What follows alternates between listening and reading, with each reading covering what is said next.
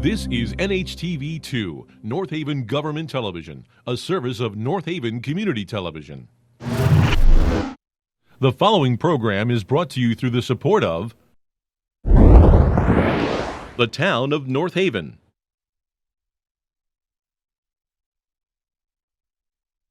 Good afternoon, everyone. I'm Mike Freda, North Haven's first Selectman, and I wanted to take you through another COVID-19 update.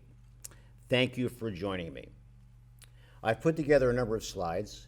I'd like to take you through some information, and I'd like to share with you exactly where we are at this point in time, Thursday afternoon, April 30th. Let's take a look at the numbers in North Haven. As you can see by this chart, we now are at 175 laboratory confirmed infections, with sadly 9 fatalities. As you can see, when we go back to 1 month ago today, we started at 2 and we gradually increased in terms of the number of laboratory confirmed infections. We had originally targeted April 22nd or April 23rd as the peak, the apex, but it appears like we're still rising. We're going to be watching these numbers very closely, ladies and gentlemen, because in certain parts of the state of Connecticut, the numbers are starting to level off and flatten. As all this is happening, there's been a more robust effort in terms of testing. And just this afternoon and this morning, there were over 1,000 people down on Long Wharf waiting to be tested in a very, very organized fashion. So I'm very optimistic here that we're going to start seeing these numbers level off. And I hope I'm correct about that, ladies and gentlemen, because we're at a point now where we have to continue to move forward in a positive fashion. We can never minimize and underscore all those wonderful citizens here in North Haven and all of those wonderful people all across the United States and in the state of Connecticut who have suffered through this COVID-19. One of whom was one of our staff members who knows firsthand the devastating effects of this COVID-19. And we're very happy to have her back here in Town Hall with us. I wanted to reiterate and review again that all town buildings remain closed. And this is for the safety of our residents and for the safety of our employees. Our Public Works Department, all sanitation and recycling, continues to be right on schedule. I mentioned we had a crisis on Easter Sunday weekend where we, at that point in time, had nowhere to deposit our municipal waste. We've had board meetings with the Covanta board that I happen to be chairperson of, and we've identified for North Haven a location down in New Haven, as I mentioned before. Yes, we are paying $20 more a ton in terms of delivering our municipal waste. We're going to be calculating that as a FEMA offset reimbursement. We're calculating that incremental expense, and we're going to be submitting to FEMA for reimbursement because the facility in Wallingford closed down as a result of COVID-19. Now, in my discussions with my fellow municipalities and with the contractor who runs the South Cherry Street facility, we're hoping to have that reopen by the end of May. And I have to say that they're doing a great job in trying to clean up what has gone on there and protect their own employees. For us here in North Haven, everything remains on schedule. Police and fire, all operations continue to run very efficiently under the great direction of our two great chiefs, Chief Tom McLaughlin and Chief Paul Januszewski. All calls for services are being met, and a special thank you again to our first responders, including police, fire, and our sanitation workers who are out there every day, ladies and gentlemen. I wanted to share with you some news that unfortunately is part of what we're going through. The veterans at Post 76 called me, and they have recommended that I make the decision to cancel the Memorial Day parade. And it's sad to have to make that decision. The sad reality includes the fact that the organizers of the parade over at our American Legion Hall, which is right next door to us here at Town Hall, the number of people requesting to march in the parade just wasn't there this year. Our veterans, of course, are all senior citizens for the most part, and they're concerned about their own situation involved with a massive parade. So we're going to be, unfortunately, canceling the parade this year. However, I wanted to make mention that to honor our veterans who have so faithfully served our country in the past, and honoring those veterans who have passed away, we will have a gathering on the green by the monuments to honor our veterans. Now, I'll be working very closely with our Post 76 to ensure that social distancing is strictly enforced. I'll be talking to our Public Works about setting chairs up at a very appropriate distance from each other. And I'm also contemplating supplying masks for those that come on the green that particular day. So more about that in a subsequent update. That's where we are right now. As a result of this pandemic that we have been in, all across the state, municipal budgets and the processes have now changed. Just before I came on air here this afternoon, I was on a conference call with the governor and the governor's office regarding municipal budgets. So I'd like to take you through how it's going to look for us here in North Haven, which is very similar to many other cities and towns across the state of Connecticut. So for us here, on May 14th, I will be here, sitting here where I am, presenting the town budget as if I was standing at the high school presenting it. You will see a slide presentation. And this electronic and teleconference meeting, I will also be announcing the new mill rate, which will be a mill rate decrease from where we currently are. Subsequently, the same night, at another location, our superintendent, Patrick Stirk, via teleconference, will present the Board of Ed budget. That will be done on May 14th.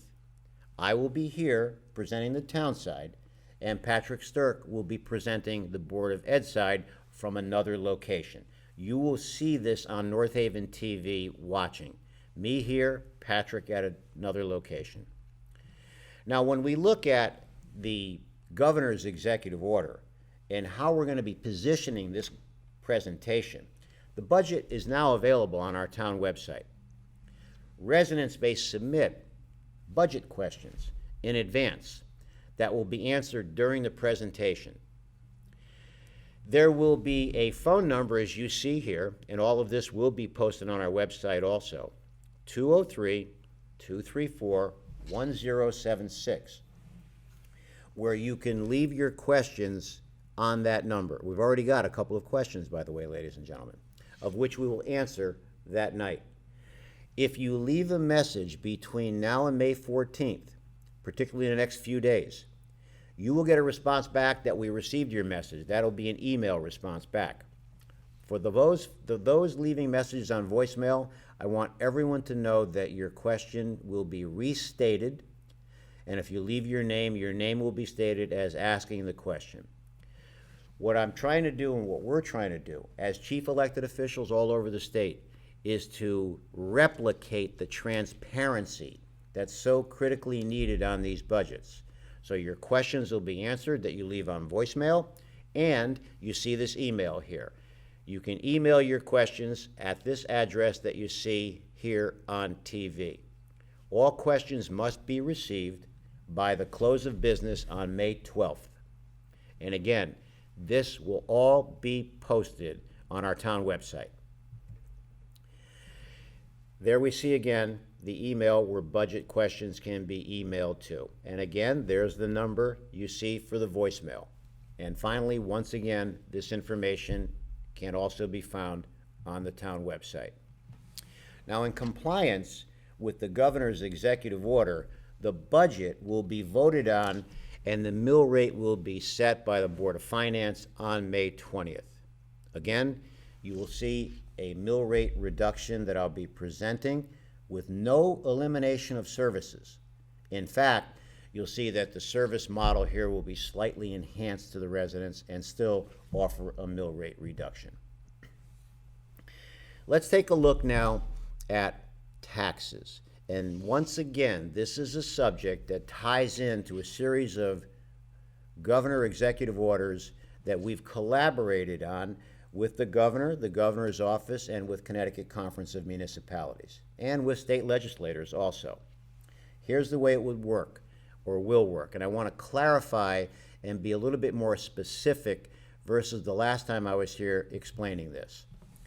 Taxes are due July 1st.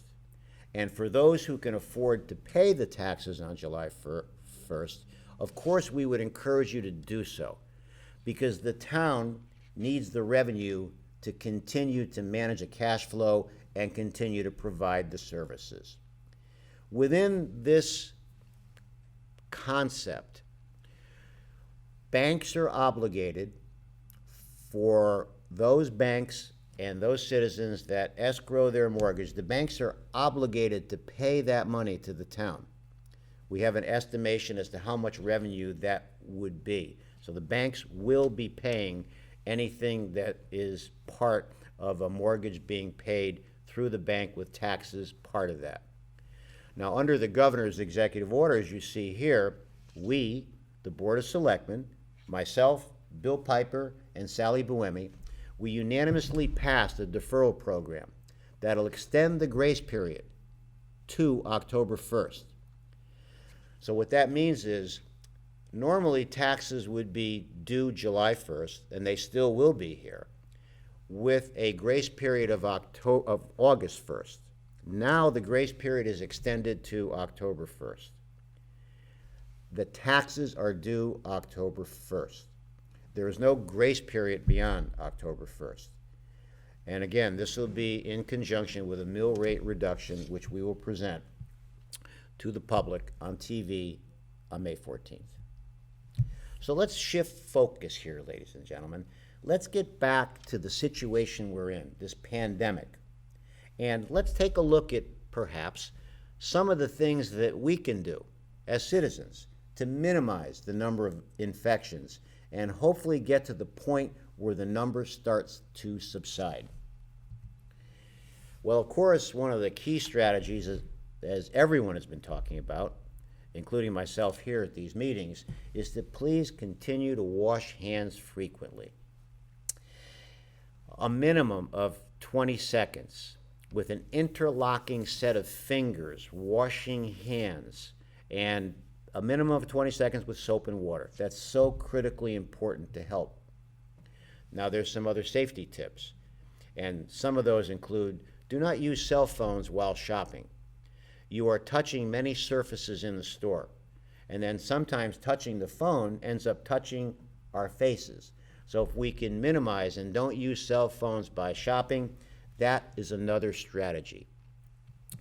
Now, as we have been going through these updates every week, some of our fine citizens have reached out to me with some suggestions, and I would like to take you through a wonderful series of suggestions by one of our North Haven residents, Freda Zoykan, a North Haven resident, a scientist with Precision Combustion R&D company here in town. Freda has a PhD in chemical engineering at Yale University and has spent a majority of her career, in laboratories. So when she reached out, when Freda reached out, I took notice. And here are some of the strategies that she presented that I think are very, very important. So when we look at what we conceptualize as mask-wearing protocols, the advice that we're given is a mask worn over the mouth but not worn over the nose will not do much. The mask needs to collapse over the mouth and nose when taking a deep breath. Do not keep touching the mask or removing it to talk on a cell phone or to talk to other people. It's best to fit the mask at home and take it off at home once you're done with the errands that we as people would run on a daily basis if we're out there. And I thought that that was very good advice for all of us. And at the same time that I received that information, one of our longstanding residents, Mary White, also weighed in and came up and presented me with a quote that also resonated with me. And this quote is based on the fact that there's still locations that we see where people are choosing not to wear masks. So when we consider Mary's quote, and it says, "I wear a mask to protect you, and you wear a mask to protect me." That, ladies and gentlemen, sums up the teamwork that we need to continue to work together to defeat this silent enemy. So again, I wear a mask to protect you, and you wear a mask to protect me. I thought that was very well said. So let's take a look at some of the things that perhaps we can do to help ourselves as people. Here are some ways to help us during this COVID-19 outbreak crisis and pandemic. We've shared some strategies at some of our previous conversations here at Town Hall with each and every one of you on North Haven TV and our wonderful residents. And some of the things that I'd like to present today are, number one, be good to your body. Believe it or not, sleep is so critically important to a human being. Make sleep a priority. That is very important.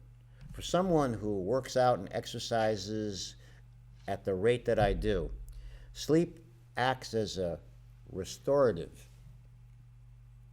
function that's so critical to help us repair as human beings, to repair muscle tissue, to repair ourselves mentally, intellectually from the fatigue that we may experience. So please make sleep a priority. Move every day. That ties into exercise. Sometimes, people here in town all over are working from home, and perhaps the exercise aspect is not there as frequently as it was. Move every day, even if it's a light stretching, a yoga, a walk around your driveway. Continue to move. Get fresh air where you can. It's very, very important. Structure sometimes in these situations is also very important. So the recommendation is to follow a schedule.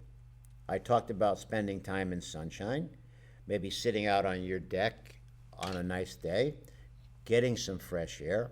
That can be very, very helpful. In terms of sleep itself, go to bed and wake up around the same time. Try to maintain that schedule. Keeping that schedule can be very, very important. And the same thing with meals.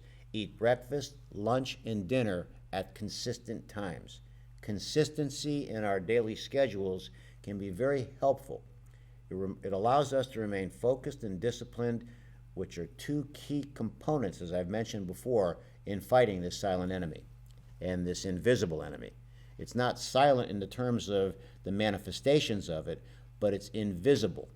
And it's silent from the standpoint that we don't see it, we don't hear it until someone has it. As far as exercise, plan a consistent time if you choose that you can do some exercise. And believe it or not, sometimes during these pandemics and these crisis management situations, it's only a human nature function to maybe have some disciplines that end up being relaxed and not adhered to. Bathing, so important, consistently and at regular times.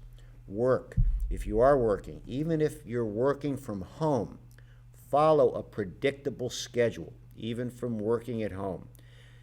Please ensure that you have that type of structure in your daily lives. Many people are working from home, and following a regimented schedule can be very helpful in terms of how we deal with what we're going through psychologically. Be kind to your mind. So important. Recognize, ladies and gentlemen, that at times like this, many of us may have negative thoughts. It's so important to think positively. Years ago, about 8 years before I took office, I was a guest speaker in Chicago, and there was a gentleman there who also spoke, Anthony Robbins, and I'll never forget this, that he was really the lead speaker. I was also one of the speakers. But Anthony Robbins said that many times us as people, we develop these negative mindsets.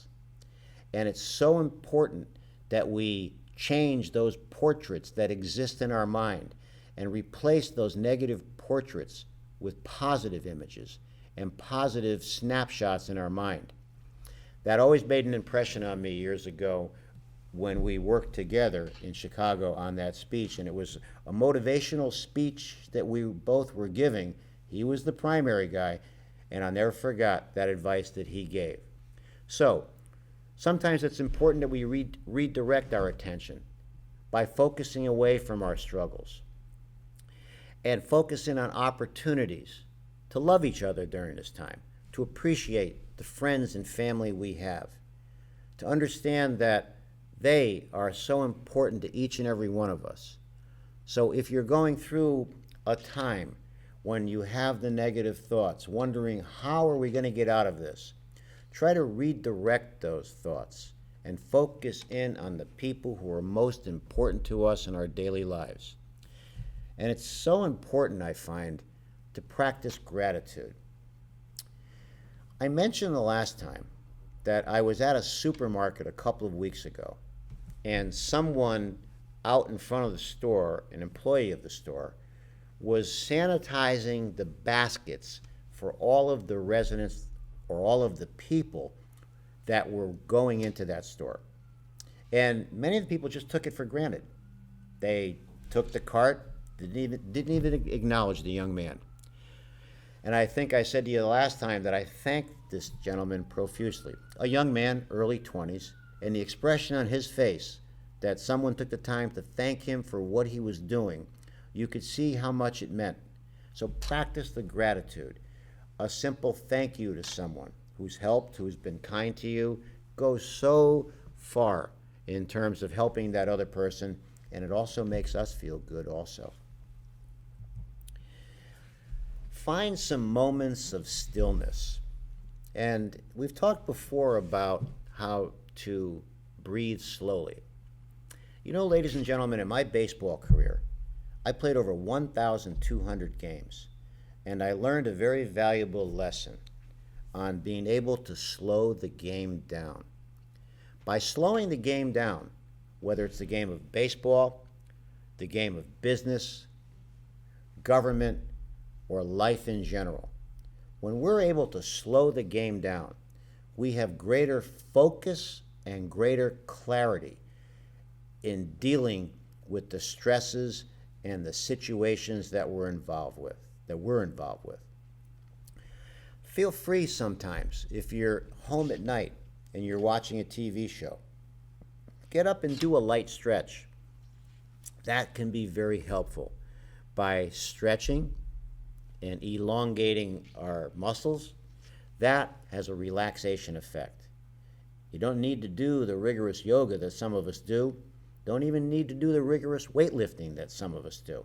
But if you can just breathe slowly, lightly stretch, that can be so beneficial. And you know, many of us, we grew up reading books. Sometimes reading a good book or a magazine or something of interest, those moments of stillness can be so beneficial to all of us. And always remember to try to enjoy the quality time. Quality time is so important. Sometimes what happens in these situations, when people are stuck at home, they develop a mindset. And the mindset is that there's your loved ones in the house. You may think, well, I've got to get out. I don't want to be here. You know, some people are getting on our nerves. Enjoy the time. Enjoy the quality time with the people whom you love. It's so important. It goes back to that speech in Chicago I was just telling you about. Change the mindset. If we change that mindset, I think that it can be very beneficial to many of us. And we've talked about this before. Stay connected with the people who are so important to you. Stay connected with the people you enjoy. And sometimes it's so important to forgive the shortcomings of the people whom we love the most. All of us have our shortcomings, ladies and gentlemen. And it's at times like this that if we don't be careful and we're not careful, sometimes the shortcomings that we see in our loved ones and our friends, they can become manifested in our minds. But always remember, all of us, we have our shortcomings and we have to overlook that. These strategies can be very helpful. And these strategies, ladies and gentlemen, are strategies that are from WebMD. So these are certified strategies that have been proven to have worked in many areas. Now, I'd like to shift subjects, and I'd like to give you some time frames as to what we're seeing with this initiative to reopen Connecticut. I was honored recently that the governor asked me to sit on one of the committees at a state level. There's 3 committees. There's a business committee to talk about the businesses, how they're going to open up. There's an education committee to talk about when colleges and high schools and the school systems could open up. And then there's a community committee, and this is the committee that I've been asked to sit on. This is a committee that is designed to address the needs of Connecticut's most vulnerable population. And that is a significant part of our population.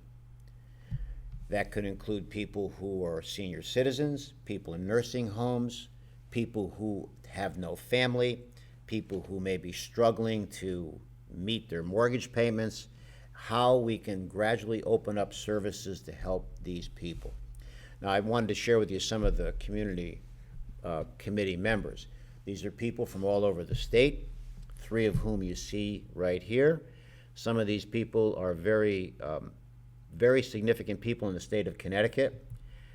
This committee that I'm on also has 3 of the state commissioners, and we see one here, Miriam Rittman. She's the commissioner in the Department of Mental Health and Addiction Services, and we have someone from AARP on this committee also. And we have Deidre Gifford here, who's a commissioner of the Department of Social Services. And we see Martha, she's the director of operations. Indra Noyi, she was a former CEO of Pepsi. I actually met her in my business career years ago, and she's kind of heading up all of the committees. And we see Rochelle here, Palace, on this committee also. So what we're focused in on is barriers that can prevent individuals from being able to effectively social distance to isolate. And these are the things we're focused in on. Identifying those who have an inability to access food or supplies, to identify how we can help those that have a lack of technology and connectivity, to try to develop strategies as we reopen Connecticut in the coming months for those that are having difficulty accessing health care, and those also who have an inability to safely isolate at home.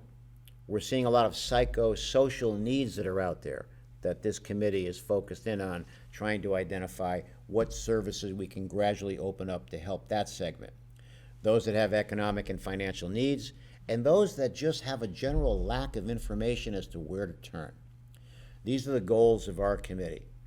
Now, because I'm so heavily involved on the business side also, I'm also getting a lot of feedback from businesses offering suggestions, and I'm actually funneling that with some of the people I know on the business committee at a state level to determine how we can gradually start over the next few months, gradually opening up Connecticut. And it will be gradual. Now, before I get into the next segment, here's the way it's going to work, ladies and gentlemen. All of these committees, including the one I'm on, we have to submit our final recommendations by May 8th, 9th, or no later than May 10th, within that 3-day window there. All of us have homework assignments that we have to do in an effort to move this forward. On or about May 20th, then the governor and his staff will have been able to assess all of the recommendations. And on or about May 20th, the state will announce some sort of plan on how there's going to be a very gradual reopening. May 20th is not the date that the state is going to open up. The state is planning a systematic opening up over the course of time, and that's what we'll see and hear on or about May 20th. I'd like to share with you some very good news, and these are thank yous. We have always enjoyed a very wonderful relationship with the business community. And during this time, ladies and gentlemen, we've seen clearly how businesses, even though they may be struggling during this time, they've stepped up to help the town of North Haven. Let's take a look. I'd like to thank very much Banton Construction, Frank Polano and Paul Brandt. Frank founded the company, a long-time North Haven resident, grew up on Banton Street, witnessed the floods on Banton Street, and when the state took over that street back in the early 70s. Frank and Paul, sponsored by Banton Construction, have provided free lunches for all the employees in the town over the last few weeks. And here in Town Hall and over at the Annex, we were the last buildings, but every day, Monday through Friday, there's been a delivery from one of our local restaurants, sponsored by Bantam Construction. And I can tell you, ladies and gentlemen, that our police, our fire, our public works department, and all of our employees here who work every other day now at Town Hall really appreciate this. So Frank and Paul, thank you very, very much. Allnex is a company in Wallingford. Frank D. Christina is a North Haven resident, another wonderful gentleman who cares about the town of North Haven, who is very actively involved with the Quinnipiac Chamber of Commerce. Frank and I have an outstanding relationship like we do with all of these businesses. And his company in Wallingford developed a strategy to create and manufacture hand sanitizers. And Frank has donated, in his company, 6 5-gallon jugs of sanitizers with a dispenser on them. And it would be similar to what you would see like in the old water coolers with that big 5-gallon jug. This would be the same concept. And since we have provided hand sanitizers dispensers in our buildings, these industrial size hand sanitizer jugs will go to our first responders, our police, our fire, and our public works. And they will be utilized to fill the bottles that our first responders may have that may be empty. And when we receive 30 gallons worth of hand sanitizers, that goes a long way, ladies and gentlemen, to help our first responders here. Our police, our fire, and our sanitation workers out there picking up municipal waste and recyclables every day. Thank you very much, Frank D. Christina. Years ago, ladies and gentlemen, I sat on a regional economic development board of directors, and I met this fine gentleman, Larry Moon, from the C. Coles Company. Larry was at that point on Chestnut Street in New Haven, a company that had been in existence for 150 years. 2 years after that board and that economic development regional board that we sat on, Larry moved to North Haven, and he filled the Marlin building that had been vacant when we took office back in 2009. And Larry made a very generous donation, a $3,000 donation to our CERT team, our Community Emergency Response Team. And in talking to our fire chief and talking to CERT, this $3,000 donation will go a long way to helping this wonderful group of people, our Community Emergency Response Team, who are volunteers, who are doing everything they can across the town of North Haven, managing food donations across the street on Lindsley Street. So this $3,000 donation will help them and supplies that they need to continue their marvelous work here in the town of North Haven. Thank you very much, Larry, and thank you for being here in North Haven. This fine gentleman here, Dr. Dennis Shue. Dr. Shue is a PhD from the Department of Electrical Engineering at Yale University. He and his wonderful family donated a significant amount of masks to our first responders. And I can't tell you, ladies and gentlemen, how happy our first responders were, particularly our sanitation workers, using the surgical masks that Dr. Dennis Shue donated to us.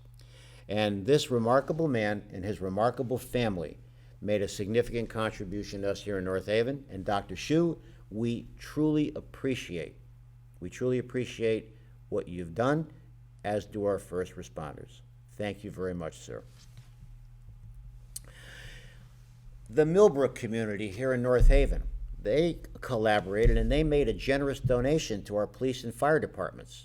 And that was so well received by our police and fire departments. And that donation was designed to help them while they're working during the day in terms of coffee, getting free coffee, and it was just really a wonderful thing. So thank you to our residents in the Millbrook community for making that donation.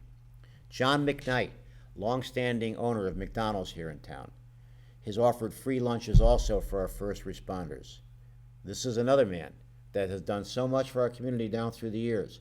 And at a time when his restaurant is closed from in dining and just doing the drive-through, for John to offer this, John, we really appreciate that, and our police and fire do also. Thank you very much, John. Mr. Jeff Jolly made a significant donation. Jeff's a young man here in North Haven, and he made a significant donation that's going to be donated and utilized at our North Haven Animal Shelter for supplies, food, whatever our animal control officers need down there. Jeff's donation of $1,000 was very much appreciated, and at a time, sadly, ladies and gentlemen, when our shelters may be filled and we're seeing, sadly, people that can't keep their pets because of this pandemic, the shelter becomes a critical area for us to humanely treat the companion animals, cats and dogs that we have there. So Jeffrey, thank you very much for your donation. And finally, I'd like to thank all of our North Haven citizens, all of our North Haven organizations, all of our North Haven town committees who donated to our food bank. We went from a food bank, ladies and gentlemen, that was totally depleted to a food bank that's overflowing right now. And I mentioned CERT, our Community Emergency Response Team. They helped coordinate in the past, and are still doing this, the flow of donations that are coming in, and they're doing this on their own time. So thank you to all the North Haven residents. Many of you are anonymous, all of the organizations and town committees that have made such a very important donation to us. We truly appreciate it. So where are we, ladies and gentlemen? Well, we are at a time right now that we have approximately 7 weeks behind us, almost 8 weeks of dealing with this pandemic. And I'm very optimistic that we're going to be moving through this. I understand that our residents are anxietous. I don't like it. I love the residents of North Haven, as we said many times before, and we really understand what you've been going through. But I want you to know that the capacity of this government in an effort to defeat this invisible enemy, the capacity that this government has will remain unaltered and will continue to focus in with a tremendous amount of clarity and discipline to help us get through this. And in the end, I'd like you to visualize this. Despite the battering rain and thunder of this pandemic, there will be a joyous daybreak that will include a bright and shining ray of sunlight for us here in North Haven and across the state. But we must do what we've been talking about here for the last several meetings. We must remain focused, we must remain disciplined, and we must continue to do the things we need to do, whether it's the social distancing, the washing of hands, taking the precautions with masks. If we do that, the rain and thunder will subside and bright rays of sunshine will beam upon us here in North Haven. And that, ladies and gentlemen, is our goal to ensure that that happens. Thank you very much. We'll be back again with another update. I appreciate you tuning in. And once again, we're here for you.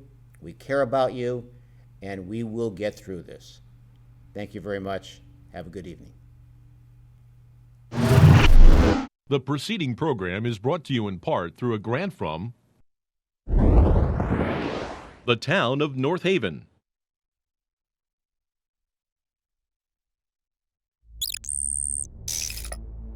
Watch town meetings or other videos on demand at nhtv.com.